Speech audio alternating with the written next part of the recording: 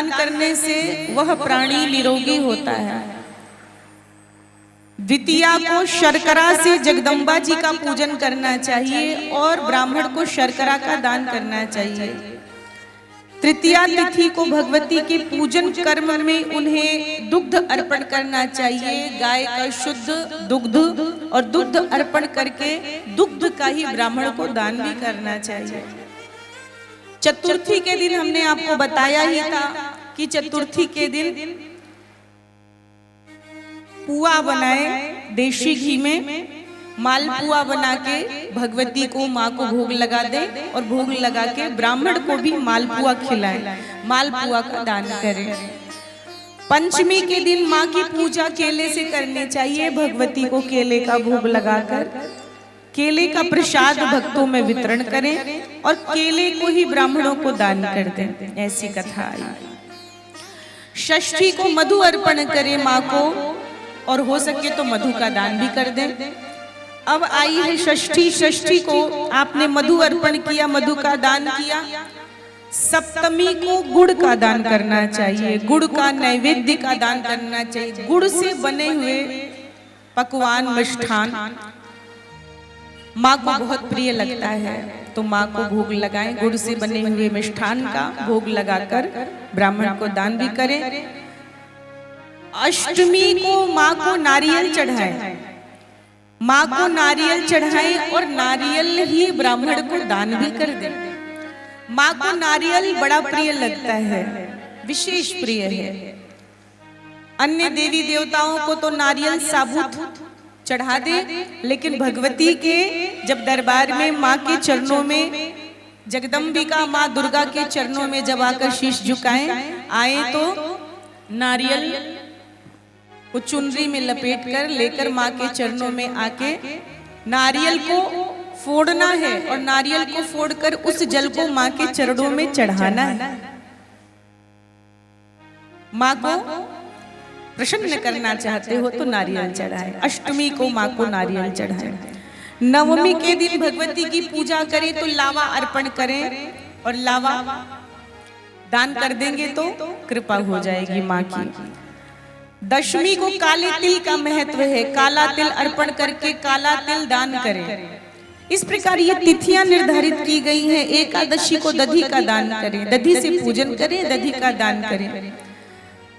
द्वादशी को चिवड़ा चढ़ाएं, चिवड़ा दान भी करें। त्रयोदशी के दिन चने का भोग लगाइए माँ को। माँ को चना, हलवा, पूड़ी तो प्रिय है, ये बात सब जन साधारण सब जानते हैं। तो माँ को पूड़ी, चना और हलवे का भोग लगा के भक्तों में प्रसाद का वितरण कर दें। सबको प्रसाद बांटें।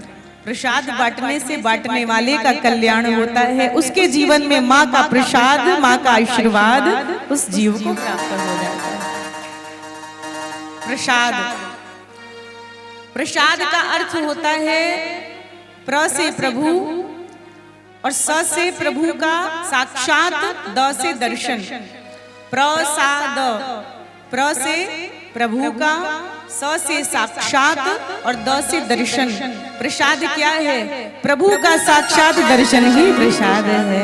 जगदम्बिका का साक्षात दर्शन ही प्रसाद है। तो अगर आचार्य ब्राह्मण कथा व्यास आपको कुछ प्रसाद दें तो उसको सिर्फ केला और सेव मत समझिए, वो प्रसाद है। साक्षात प्रसाद माने भगवती का साक्षात दर्शन, दर्शन का फल है। भगवती ने आपको प्रसाद दिया है, इसीलिए प्रसाद की बहुत महिमा कही गई है। प्रसाद का कभी अपमान नहीं करना चाहिए और जो प्रसाद आपको मिल जाए उसे तुरंत ग्रहण भी कर लेना चाहिए। प्रसाद को व्यर्थ में फेंकना नहीं चाहिए। प्रसाद को 4-6 दिन घर में रख करके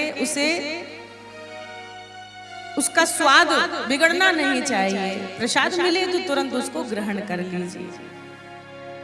प्रसाद से प्रभु की कृपा आपको प्राप्त होती है। और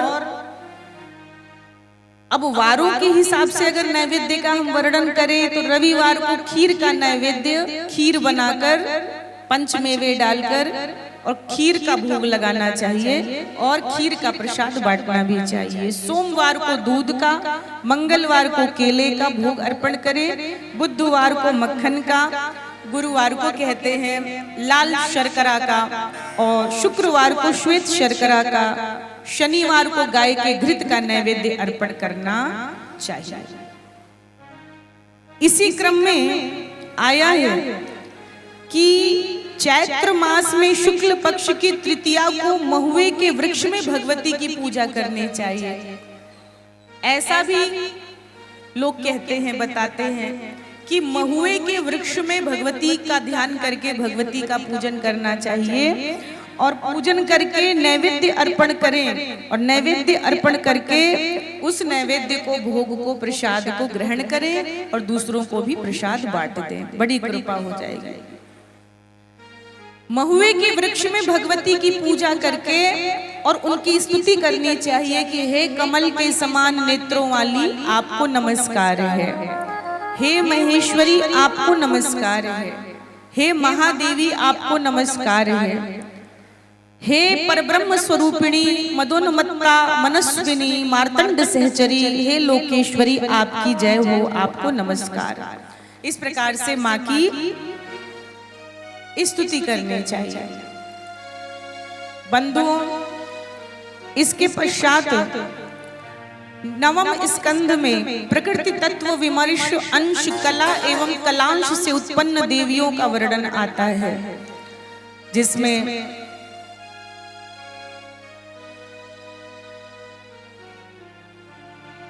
हम ध्यान कर रहे हैं। आइए ऐसी शिव स्वरूपा आदि भवानी का हम ध्यान करें, जिनका ध्यान करने से ही हमारे जीवन में आनंद आ जाता है, हमारे जीवन में कल्याण होता है, हमारा सर्वविध मंगल होता है, अनिष्टों का नाश करती हैं। शरणागत दीनार्थ परित्राण परायणा, शरणागत दीनार्थ परित्राणाय परायणा, तेजः स्वरूपा परमा तदिष्ठात्र देवता। मंत्र आया है देवी भागवत में, ध्यान कर रहे हैं हम लोग जगदम्बा का। मंत्र बहुत अच्छा, शरणागत दीनार्थ परित्राणाय परायणा,